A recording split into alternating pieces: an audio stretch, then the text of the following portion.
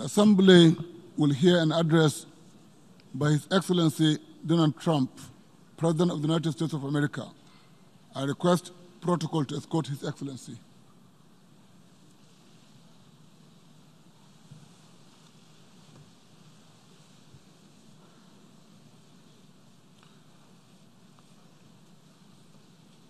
On behalf of the General Assembly, I have the honor to welcome to the United Nations His Excellency Donald Trump, President of the United States of America, and to invite him to address the Assembly.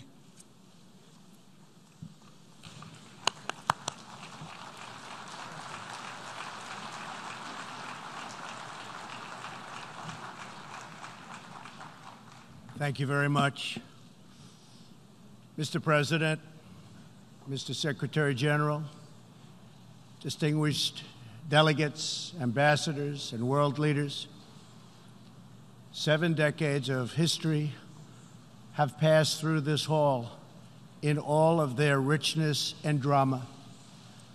Where I stand, the world has heard from presidents and premiers at the height of the Cold War. We have seen the foundation of nations. We have seen the ringleaders of revolution. We have beheld saints who inspired us with hope, rebels who stirred us with passion, and heroes who emboldened us with courage, all here to share plans, proposals, visions, and ideas on the world's biggest stage. Like those who met us before, our time is one of great contests, high stakes, and clear choices. The essential divide that runs all around the world and throughout history is once again thrown into stark relief. It is the divide between those whose thirst for control deludes them into thinking they are destined to rule over others, and those people and nations who want only to rule themselves. I have the immense privilege of addressing you today as the elected leader of a nation that prizes liberty, independence, and self-government above all. The United States, after having spent over $2.5 trillion since my election to completely rebuild our great military, is also by far the world's most powerful nation. Hopefully, it will never have to use this power. Americans know that in a world where others seek conquest and domination, our nation must be strong in wealth, in might, and in spirit. That is why the United States vigorously defends the traditions and customs that have made us who we are. Like my beloved country, each nation represented in this hall has a cherished history, culture, and heritage that is worth defending and celebrating, and which gives us our singular potential and strength. The free world must embrace its national foundations. It must not attempt to erase them or replace them. Looking around and all over this large, magnificent planet, the truth is plain to see. If you want freedom, take pride in your country. If you want democracy, hold on to your sovereignty. And if you want peace, love your nation. Wise leaders always put the good of their own people and their own country first. The future does not belong to globalists. The future belongs to patriots. The future belongs to sovereign and independent nations who protect their citizens, respect their neighbors, and honor the differences that make each country special and unique. It is why we in the United States have embarked on an exciting program of national renewal. In everything we do, we are focused on empowering the dreams and aspirations of our citizens. Thanks to our pro-growth economic policies, our domestic unemployment rate reached its lowest level in over half a century. Fueled by massive tax cuts and regulations cuts, jobs are being produced at a historic rate. 6 million Americans have been added to the employment rolls in under 3 years.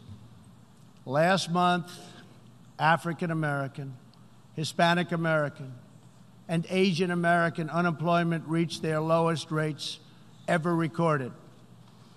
We are marshaling our nation's vast energy abundance, and the United States is now the #1 producer of oil and natural gas anywhere in the world. Wages are rising, incomes are soaring, and 2.5 million Americans have been lifted out of poverty in less than 3 years. As we rebuild the unrivaled might of the American military, we are also revitalizing our alliances by making it very clear that all of our partners are expected to pay their fair share of the tremendous defense burden which the United States has borne in the past. At the center of our vision for national renewal is an ambitious campaign to reform international trade. For decades, the international trading system has been easily exploited by nations acting in very bad faith. As jobs were outsourced, a small handful grew wealthy at the expense of the middle class. In America, the result was 4.2 million lost manufacturing jobs and $15 trillion in trade deficits over the last quarter century. The United States is now taking that decisive action to end this grave economic injustice. Our goal is simple. We want balanced trade that is both fair and reciprocal. We have worked closely with our partners in Mexico and Canada to replace NAFTA with the brand new and hopefully bipartisan U.S.-Mexico-Canada agreement. Tomorrow, I will join Prime Minister Abe of Japan to continue our progress in finalizing a terrific new trade deal. As the United Kingdom makes preparations to exit the European Union, I have made clear that we stand ready to complete an exceptional new trade agreement with the UK that will bring tremendous benefits to both of our countries. We are working closely with Prime Minister Boris Johnson on a magnificent new trade deal. The most important difference in America's new approach on trade concerns our relationship with China. In 2001, China was admitted to the World Trade Organization. Our leaders then argued that this decision would compel China to liberalize its economy and strengthen protections to provide things that were unacceptable to us, and for private property, and for the rule of law. 2 decades later, this theory has been tested and proven completely wrong. Not only has China declined to adopt promised reforms, it has embraced an economic model dependent on massive market barriers, heavy state subsidies, currency manipulation, product dumping, forced technology transfers, and the theft of intellectual property, and also trade secrets on a grand scale. As just one example, I recently met the CEO of a terrific American company, Micron Technology, at the White House. Micron produces memory chips used in countless electronics. To advance the Chinese government's 5-year economic plan, a company owned by the Chinese state allegedly stole Micron's designs, valued at up to $8.7 billion. Soon, the Chinese company obtains patents for nearly an identical product, and Micron was banned from selling its own goods in China. But we are seeking justice. The United States lost 60,000 factories after China entered the WTO. This is happening to other countries all over the globe. The World Trade Organization needs drastic change.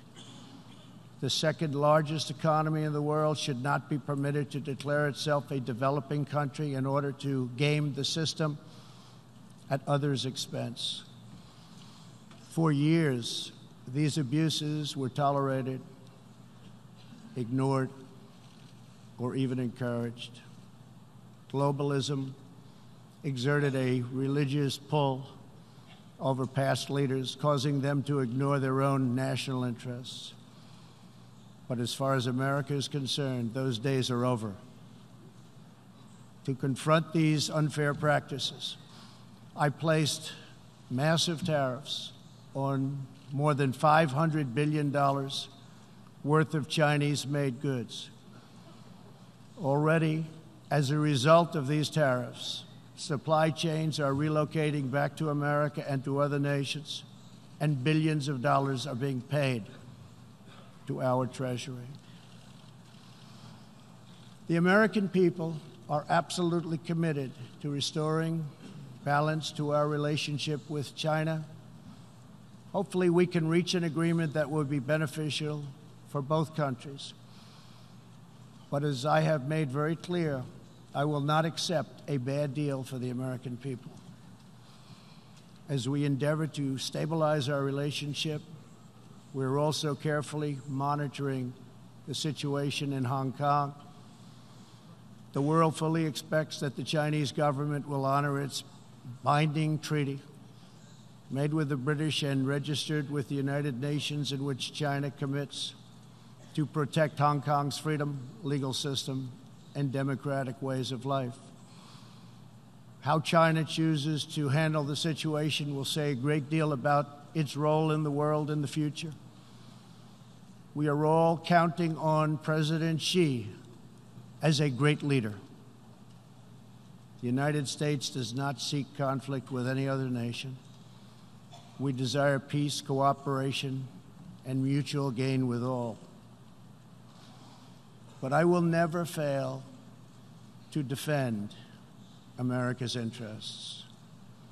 One of the greatest security threats facing peace-loving nations today is the repressive regime in Iran. The regime's record of death and destruction is well known to us all. Not only is Iran the world's #1 state sponsor of terrorism, but Iran's leaders are fueling the tragic wars in both Syria and Yemen. At the same time, the regime is squandering the nation's wealth and future in a fanatical quest for nuclear weapons and the means to deliver them. We must never allow this to happen. To stop Iran's path to nuclear weapons and missiles, I withdrew the United States from the terrible Iran nuclear deal, which has very little time remaining, did not allow inspection of important sites, and did not cover ballistic missiles. Following our withdrawal, we have implemented severe economic sanctions on the country. Hoping to free itself from sanctions, the regime has escalated its violent and unprovoked aggression. In response to Iran's recent attack on Saudi Arabian oil facilities, we just imposed the highest level of sanctions on Iran's central bank and sovereign wealth fund. All nations have a duty to act. No responsible government should subsidize Iran's bloodlust. As long as Iran's menacing behavior continues, sanctions will not be lifted. They will be tightened. Iran's leaders will have turned a proud nation into just another cautionary tale of what happens when a ruling class abandons its people and embarks on a crusade for personal power and riches. For 40 years, the world has listened to Iran's rulers as they lash out at everyone else for the problems they alone have created. They conduct ritual chants of death to America and traffic in monstrous anti-Semitism. Last year, the country's supreme leader stated Israel is a malignant, cancerous tumor that has to be removed and eradicated. It is possible, and it will happen. America will never tolerate such anti-Semitic hate. Fanatics have long used hatred of Israel to distract from their own failures. Thankfully, there is a growing recognition in the wider Middle East that the countries of the region share common interests in battling extremism and unleashing economic opportunity. That is why it is so important to have full, normalized relations between Israel and its neighbors. Only a relationship built on common interests, mutual respect, and religious tolerance can forge a better future. Iran's citizens deserve a government that cares about reducing poverty, ending corruption, and increasing jobs, not stealing their money to fund and massacre abroad and at home. After 4 decades of failure, it is time for Iran's leaders to step forward and to stop threatening other countries and focus on building up their own country. It is time for Iran's leaders to finally put the Iranian people first. America is ready to embrace friendship with all who genuinely seek peace and respect. Many of America's closest friends today were once our greatest foes. The United States has never believed in permanent enemies. We want partners, not adversaries. America knows that while anyone can make war, only the most courageous can choose peace.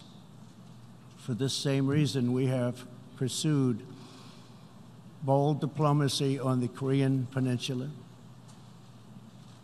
I have told Kim Jong-un what I truly believe, that like Iran, his country is full of tremendous untapped potential, but that to realize that promise, North Korea must denuclearize. Around the world, our message is clear.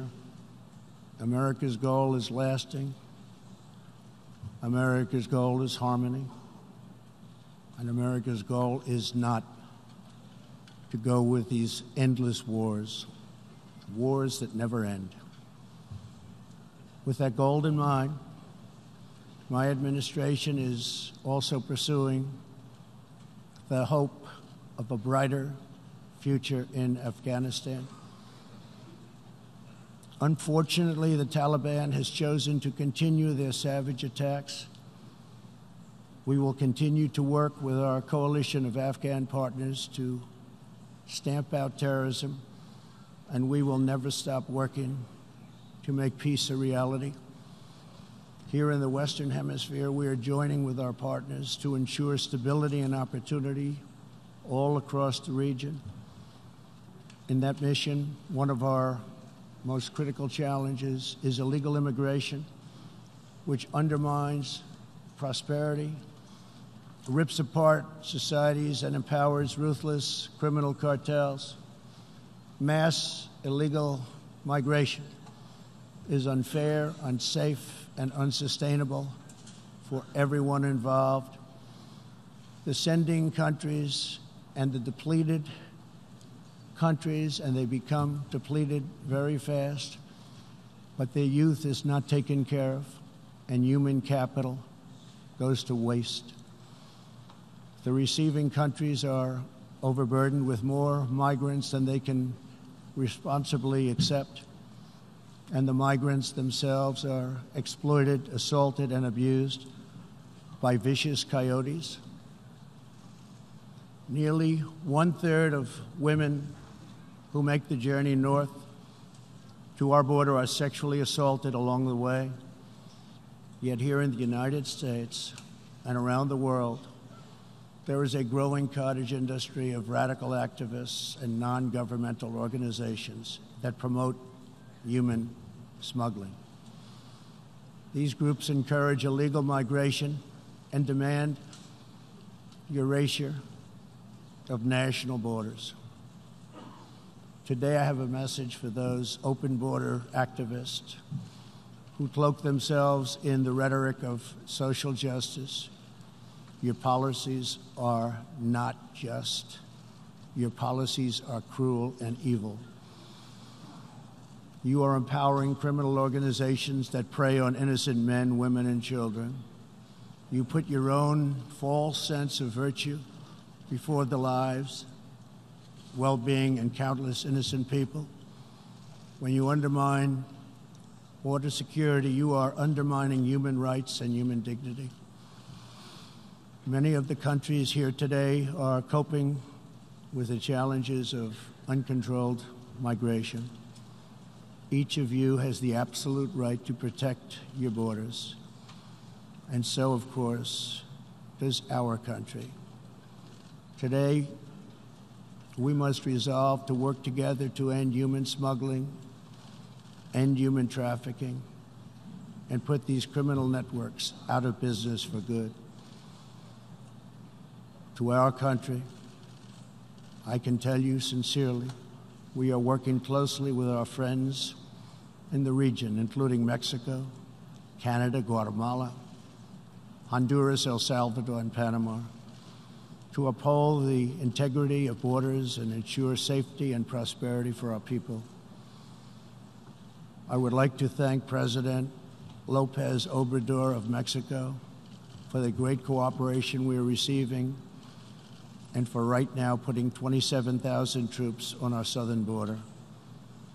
Mexico is showing us great respect, and I respect them in return. The U.S., we have taken very unprecedented action to stop the flow of illegal immigration.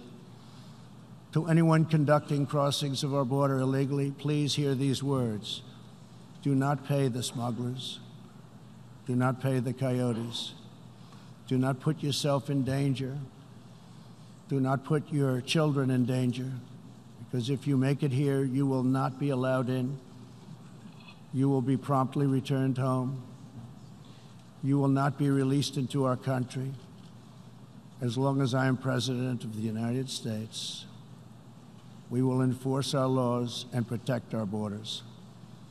For all of the countries of the Western Hemisphere, our goal is to help people invest in the bright futures of their own nation.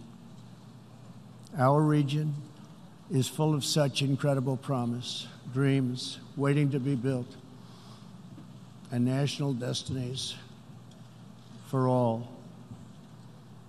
And they are waiting also to be pursued. Throughout the hemisphere, there are millions of hardworking, patriotic young people eager to build, innovate, and achieve. But these nations cannot reach their potential if a generation of youth abandon their homes in search of a life elsewhere. We want every nation in our region to flourish and its people to thrive in freedom and peace. In that mission, we are also committed to supporting those people in the Western Hemisphere who live under brutal oppression, such as those in Cuba, Nicaragua, and Venezuela. According to a recent report from the UN Human Rights Council, women in Venezuela stand in line for 10 hours a day waiting for food. Over 15,000 people have been detained as political prisoners. Modern-day death squads are carrying out thousands of extrajudicial killings. The dictator Maduro is a Cuban puppet protected by Cuban bodyguards, hiding from his own people, while Cuba plunders Venezuela's oil wealth to sustain its own corrupt communist rule. Since I last spoke in this hall, the United States and our partners have built a historic coalition of 55 countries that recognize the legitimate government of Venezuela. To the Venezuelans trapped in this nightmare, please know that all of America is united behind you. The United States has vast quantities of humanitarian aid ready and waiting to be delivered. We're watching the Venezuela situation very closely. We await the day when democracy will be restored, when Venezuela will be free, and when liberty will prevail throughout this hemisphere. One of the most serious challenges our countries face is the specter of socialism. It's the wrecker of nations and destroyer of societies. Events in Venezuela remind us all that socialism and communism are not about justice. They are not about equality. They are not about lifting up the poor. And they are certainly not about good of the nation. Socialism and communism are about one thing only: power for the ruling class. Today I repeat a message for the world that I have delivered at home. America will never be a socialist country. In the last century, socialism and communism killed 100 million people. Sadly, as we see in Venezuela, the death toll continues in this country. These totalitarian ideologies, combined with modern technology, have the power to excise new and disturbing forms of suppression and domination. For this reason, the United States is taking steps to better screen foreign technology and investments and to protect our data and our security. We urge every nation present to do the same. Freedom and democracy must be constantly guarded and protected, both abroad and from within. We must always be skeptical of those who want conformity and control. Even in free nations, we see alarming signs and new challenges to liberty. A small number of social media platforms are acquiring immense power over what we can see and over what we are allowed to say. A permanent political class is openly disdainful, dismissive, and defiant of the will of the people. A faceless bureaucracy operates in secret and weakens democratic rule. Media and academic institutions push flat-out assaults on our histories, traditions, and values. In the United States, my administration has made clear to social media companies that we will uphold the right of free speech. A free society cannot allow social media giants to silence the voices of the people, and a free people must never, ever be enlisted in the cause of silencing, coercing, canceling, or blacklisting their own neighbors. As we defend American values, we affirm the right of all people to live in dignity. For this reason, my administration is working with other nations to stop criminalizing of homosexuality, and we stand in solidarity with LGBTQ people who live in countries that punish, jail, or execute individuals based upon sexual orientation. We are also championing the role of women in our societies. Nations that empower women are much wealthier, safer, and much more politically stable. It is therefore vital not only to a nation's prosperity, but also is vital to its national security to pursue women's economic development. Guided by these principles, my administration launched the Women's Global Development and Prosperity Initiatives. The WGDP is the first ever government-wide approach to women's economic empowerment, working to ensure that women all over the planet have the legal right to own and inherit property, work in the same industries as men, travel freely, and access credit and institutions. Yesterday, I was also pleased to host leaders for a discussion about an ironclad American commitment protecting religious leaders and also protecting religious freedom. This fundamental right is under growing threat around the world. Hard to believe, but 80% of the world's population lives in countries where religious liberty is in significant danger or even completely outlawed. Americans will never fire or tire in our effort to defend and promote freedom of worship and religion. We want and support religious liberty for all. Americans will also never tire of defending innocent life. We are aware that many United Nations projects have attempted to assert a global right to taxpayer-funded abortion on demand, right up until the moment of delivery. Global bureaucrats have absolutely no business attacking the sovereignty of nations that wish to protect innocent life. Like many nations here today, we in America believe that every child, born and unborn, is a sacred gift from God. There is no circumstance under which the United States will allow international entries to trample on the rights of our citizens, including the right to self-defense. That is why this year I announced that we will never ratify the UN Arms Trade Treaty, which would threaten the liberties of law-abiding American citizens. The United States will always uphold our constitutional right to keep and bear arms. We will always uphold our Second Amendment. The core rights and values America defends today were inscribed in America's founding documents. Our nation's founders understood that there will always be those who believe they are entitled to wield power and control over others.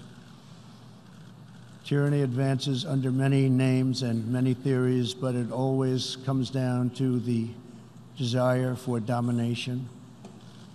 It protects not the interests of many, but the privilege of few. Our founders gave us a system designed to restrain this dangerous impulse.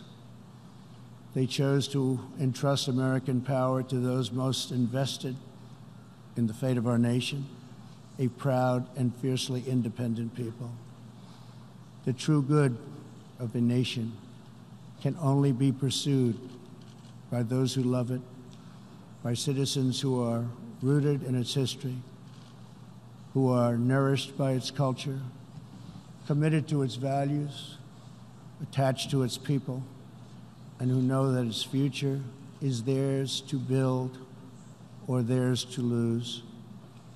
Patriots see a nation and its destiny in ways no one else can. Liberty is only preserved, sovereignty is only secured, democracy is only sustained, greatness is only realized by the will and devotion of patriots. In their spirit is found the strength to resist oppression, the inspiration to forge legacy, the goodwill to seek friendship, and the bravery to reach for peace. Love of our nations makes the world better for all nations. So to all the leaders here today, join us in the most fulfilling mission a person could have, the most profound contribution anyone can make. Lift up your nations, cherish your culture, honor your histories, treasure your citizens, make your country strong and prosperous and righteous, honor the dignity of your people, and nothing will be outside of your reach. When our nations are greater, the future will be brighter, our people will be happier, and our partnerships will be stronger. With God's help, together we will cast off the enemies of liberty and overcome the oppressors of dignity. We will set new standards of living and reach new heights of human achievement. We will rediscover old truths, unravel old mysteries, and make thrilling new breakthroughs. And we will find more beautiful friendship and more harmony among nations than ever before. My fellow leaders, the path to peace and progress and freedom and justice and a better world for all humanity begins at home. Thank you. God bless you. God bless the nations of the world. And God bless America. Thank you very much.